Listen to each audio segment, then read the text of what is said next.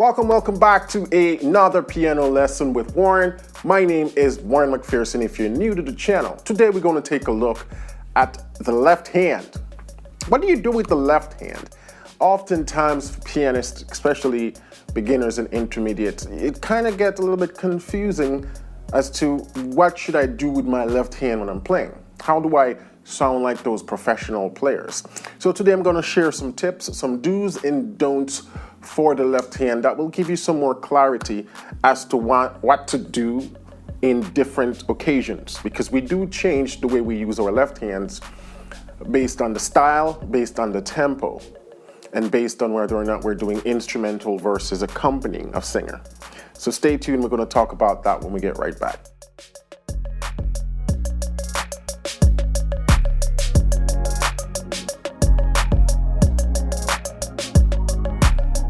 All right, welcome back. We're going to take a look at some do's and don'ts for the left hand. If you're new to the channel and you haven't hit that subscribe button and notification bell yet, please do so right now so you can stay up to date on new content that we release weekly, right? So let's jump right into it. Do's and don'ts for the left hand. The first one we're going to look at is to avoid single notes in the left hand when playing chords in the right hand. And this is a lot of things beginners do, and they get locked into this position of playing where they will do stuff like that, right?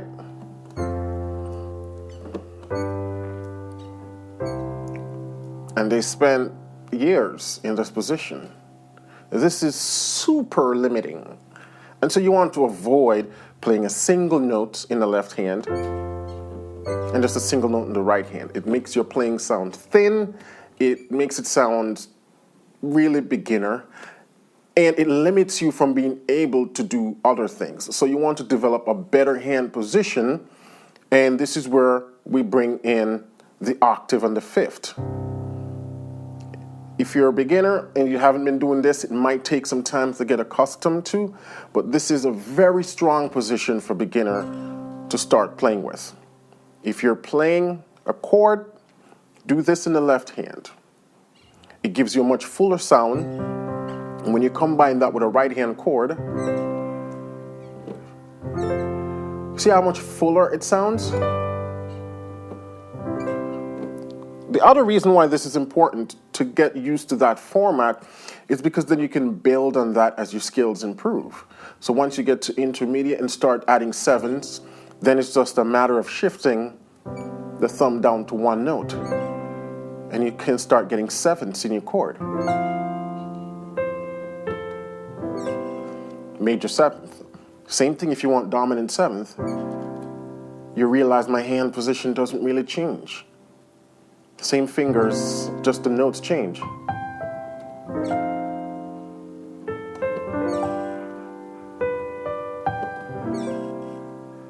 And my right hand stays the same. So from this octave and the fifth, you can then branch off into more sophisticated sounding chords. So that's the first thing to avoid. You don't want to do that. Get locked into playing single notes in the left, and just a straight triad in the right. So if you're guilty of that, draw a line in the sand. Today, you're going to start practicing the octave with the fifth. Another thing that beginners often do is just doubling up the root, which is similar to playing a single left-hand note. They then just double. So this is kind of the same thing. It gives you almost the same sound as a single note. It's just you're doubling the root, but then also you're missing that fifth. And so when time comes to introduce the fifth, you'd be surprised by literally introducing one note, just how much different it is. And you're going to have to take some work to get used to that. So it's better to do that from now. Now, it's important to note that these things that I'm labeling as don'ts, I'm not saying don't ever do these. I'm talking about from the position of a default position. All players have a default way of playing. Sort of, this is where you start from and then you move from there. Because if you've been watching me for a while, you know that I use all different types of fingering in my left hand, all different types of position. And in reality, as you progress, you will need to sometimes play a single note, sometimes play an octave, sometimes play an octave with a fifth. So these aren't saying, I'm not saying you can't ever use these. You don't want them to be your default position. So every time you sit at the piano, you're doing that, or just this. It's better, your default position is that. Excuse me. Now in addition, we're talking about left hand, but I just want to throw this in. It's always better to keep your hands closer when playing. So the other thing with this method of playing just a single bass or just an octave, you see how far my hands are apart? It's better you move this hand up an octave, which is why it sounds cool when you do the octave and the fifth, and then separate them by playing that right hand in first inversion. See? And it gives your chords so much better sound. It also helps you to be able to play your chords in the same position without them sounding funny, right? Using the same position. These would be considered root position chords, but you hear how they sound still nice? That's because of the position I'm using.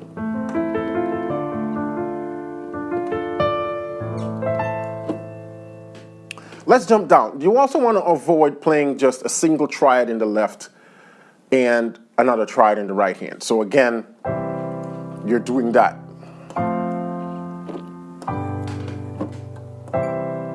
All right, sounds a little bit basic. The problem with this is, again, it limits the amount of things you're going to be able to do once you want to add more tones to your chord. Like if you want to add a seventh to this left hand, you can't do it from this position. You have to change your fingering and your position to add a seventh, most likely that. And it's not easy to just quickly change position if it's not something you're accustomed to, more beginner. So that's why, again, by getting used to having the hand open with the octave and the fifth, you can move to various chord movements, chord qualities from this position, opposed to being locked in here, all right?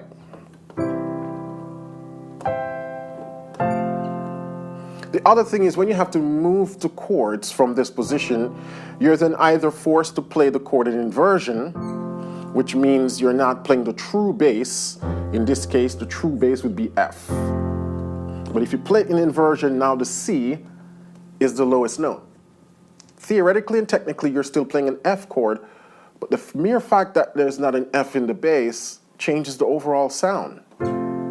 See, we can always do that with the right hand, because the assumption is that the left hand will always be carrying the bass. Now, another thing to note, I'm speaking from the perspective of solo piano, if you're playing alone. If you're playing in a band where you have a bass man, it doesn't really matter what you do in your left hand. But I'm teaching you from the perspective of just you alone sitting at the piano playing, how you conduct yourself, how you handle yourself so you still sound pro. So with playing a triad in the left hand, you're either forced to do that or forced to do that. And so then your chord sounds choppy, right? Because you're most likely going to then want to mimic the left hand with the right hand.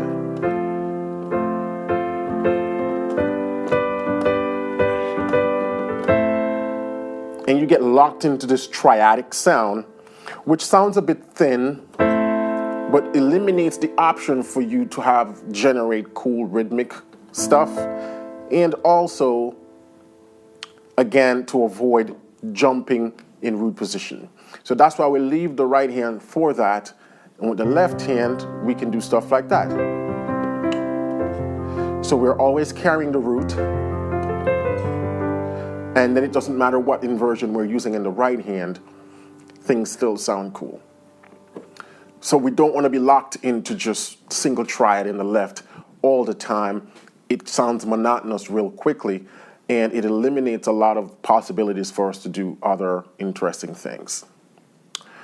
Now, in addition to chords in the left hand, we definitely want to avoid playing chords in the bass register. So you don't want to be like,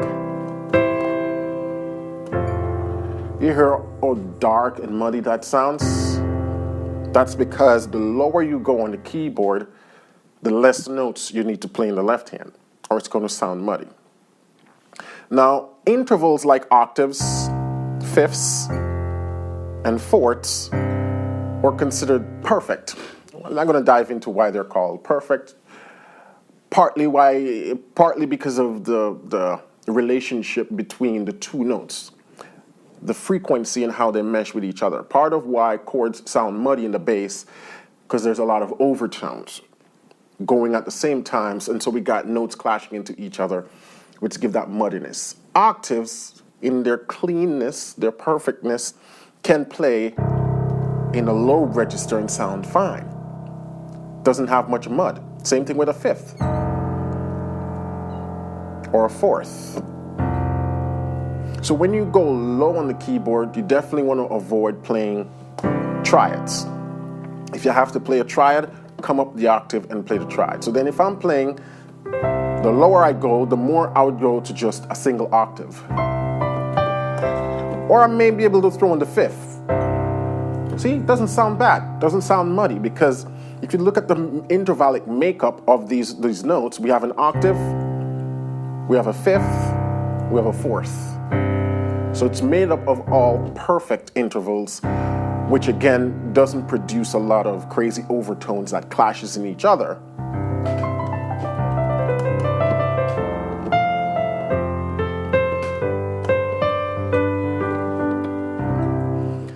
So you see, that's why, again, going to that octave and fifth default left hand is so powerful, because it eliminates a lot of these issues that you may eventually run into.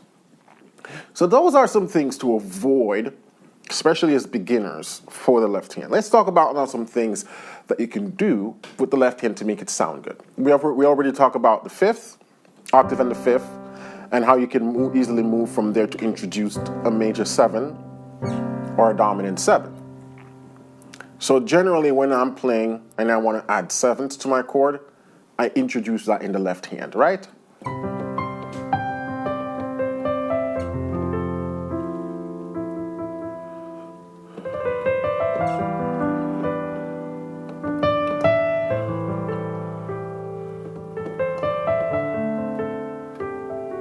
So you notice?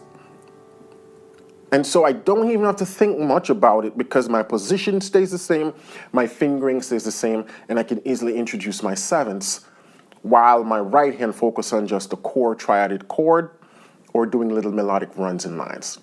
But if you're trying to add 7ths constantly to your right hand, it limits your ability to be free for melodic runs, riffs, and improvisation, or play the melody. So 90% of the time, I limit my 7ths to the left hand. So those are some things you can start doing along with that position. Now, as it relates to single tone, the only time you want to be using single tone, or most times when you want to be using single tone in the left, is when you're doing up-tempo songs, right? So if you're doing an up-tempo song,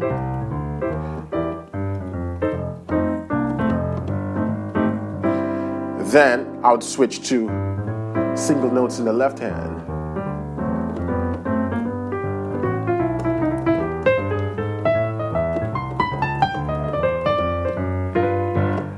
That's in the case of something more sort of up-tempo walky bass. But even if you're doing something more funky style, whatever you're doing, if you're doing a split piano, you're basically imitating a bass player at that point. Again, just to note, these ideas that I'm sharing with you are strictly for the context of where no bass player is present. Because if you have a bass player walking bass and you're walking bass, not only would the bass man tell you to stop, it's also going to sound funny. You can't have two bass functioning part going at the same time. So I'm speaking purely from the perspective of solo piano, or where you're playing with a group of people but no bass man is present, so you're assuming that role. So that's where you would find yourself playing more triad in the right hand, single note in the left hand, up-tempo songs. If we take a song like, say, what if I just pull up a backing track right here, say like a Jesus on the Main Line kind of situation. Listen to this backing track. So it's up-tempo, right?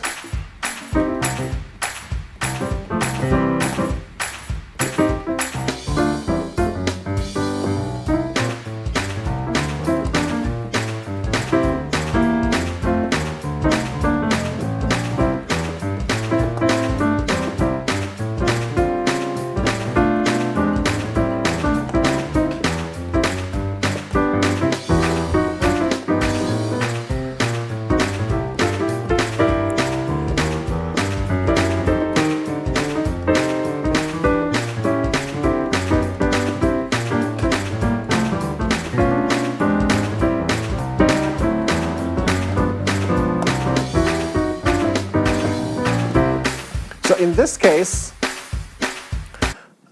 I was playing the role of a bass player.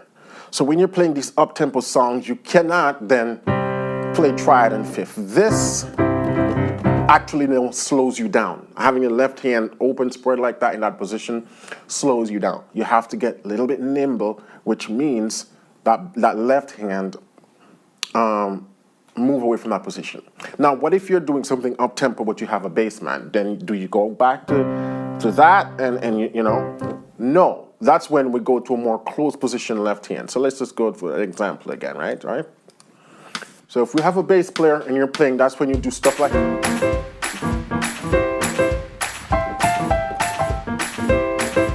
so you see now, I'm doing what we call almost like a rootless voicing C7 chord. So instead of playing a full C7 in the right hand, we have a bass man, so we don't have to worry about the root. So you can strip it back to just either that or that. Oftentimes we do that in the left hand. Call that the tritone voicing because we got the third and the seven. Right?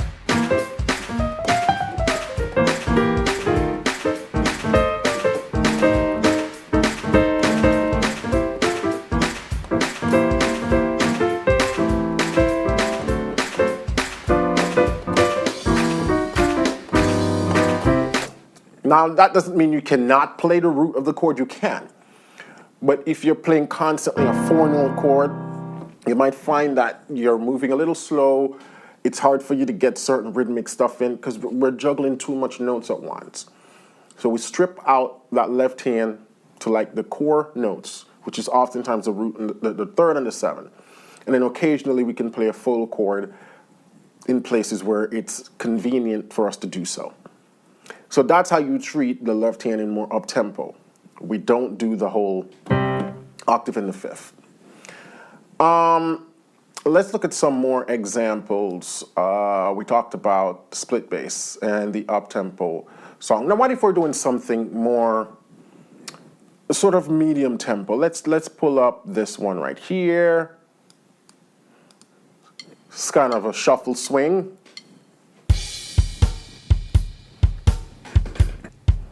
Then let's go to like F minor.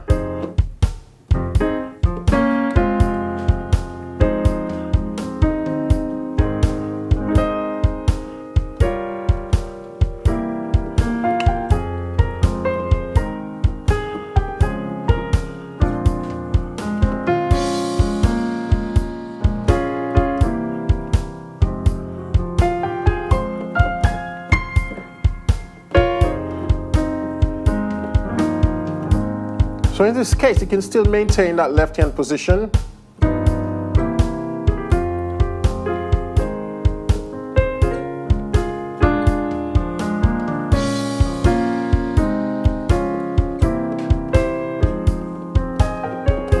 And you notice I'm playing and I'm moving from sometimes that to sometimes that, where I'm playing a triad, or I might see me do that, you know. So again, this is where you can start to change different left-hand position, but you notice I'm not locked into just one thing or even one register. And that's part of what keeps things interesting. Now, if you're a beginner, it's okay to stay in one register and keep things as simple as you can till you get better. As you get better, the way we improve is to then start combining all these different positions, not to be locked into one position, right? And if we're doing something even more slow tempo, so let's pull up another backing track. Let's take this one right here. 3, you know, so.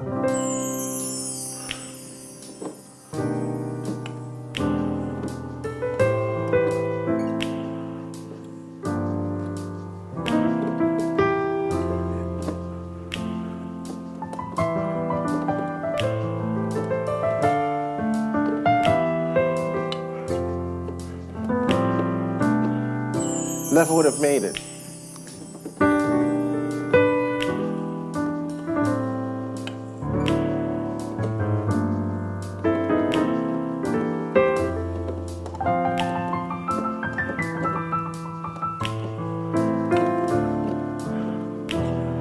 my left hand.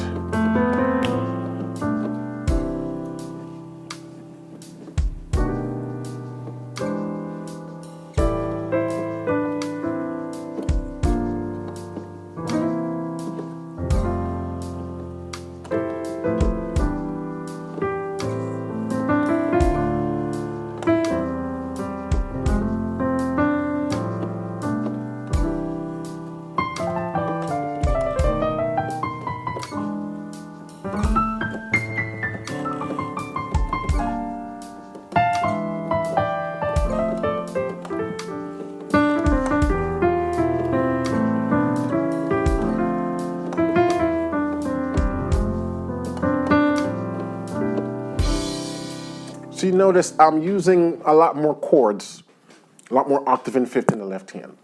That's because the song is slower.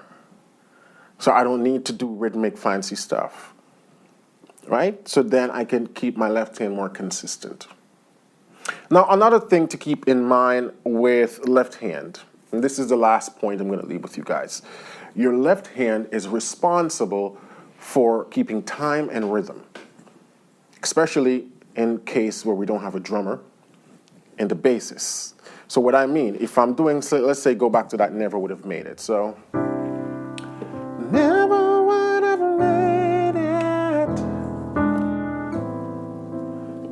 Never would have made it without you. I would have lost it all. But now I see you were there for me, and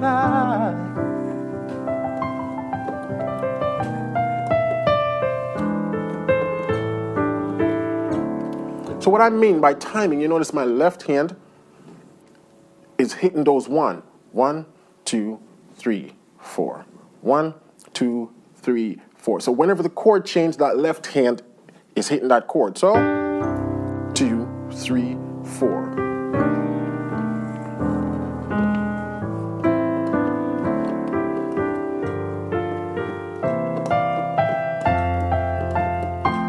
My right hand doesn't have to play when the left hand plays.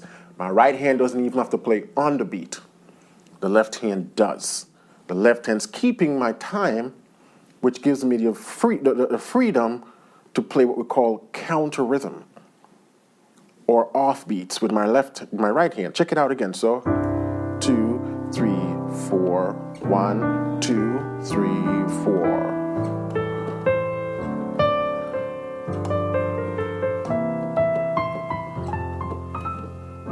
Right?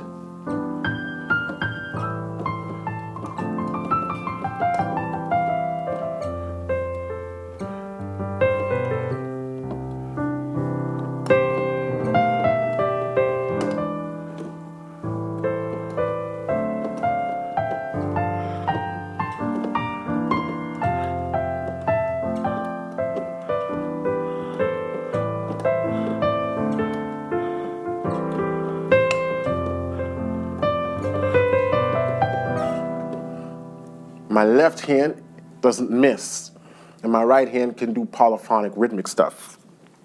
Now, this is often what you guys refer to as hand independence, hand separation.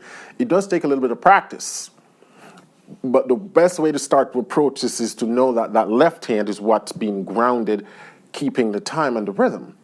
It's not the right hand. And so I like to look at this also from two perspectives when playing solo piano versus accompaniment piano. So if I'm accompanying a singer, like, never would have made it, never would have made it without you, I would have lost it all. Now I see you were there for me. When I'm accompanying a singer, then my right hand is doing most of the comping. By comping, this comping pattern, we're sort of playing each beat. 1, 2, 3, 4.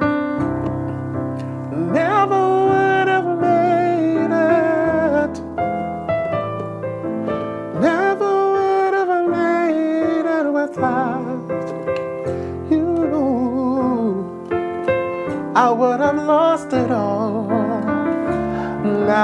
I see you were there for me, and I can say.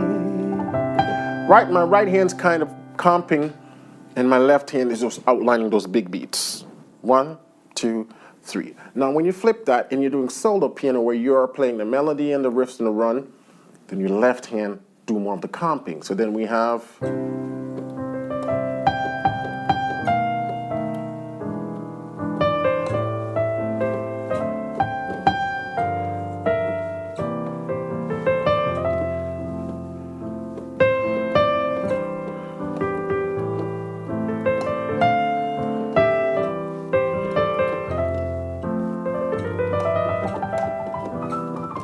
Whew.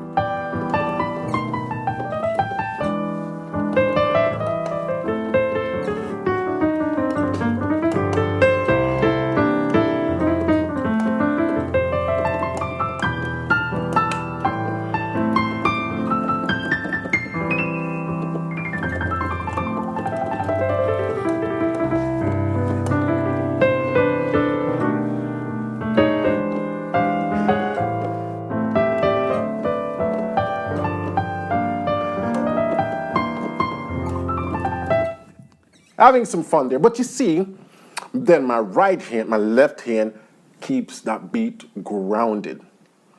My right hand then can do all kind of fancy stuff because we got the grounded beat.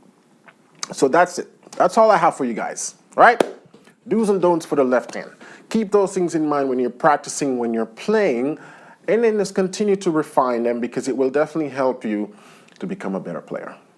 Now, for those of you who are absolutely struggling with your piano playing, you're struggling with progress, you're struggling with direction, structure, you're struggling with motivation, hey, have you visited pianolessonwithwarren.com yet? Pianolessonwithwarren.com is created by myself, and this is an online membership program for people who want to learn how to play by ear. We are gospel music leaning, meaning that we predominantly focus on gospel music, but we got lots of people in the program who are there to learn to play by ear. Because here's the thing, regardless of what your style of music or interest is, all these tips and techniques still apply. So whether you're playing jazz, funk, R&B, hip hop, everything still applies to those style of playing.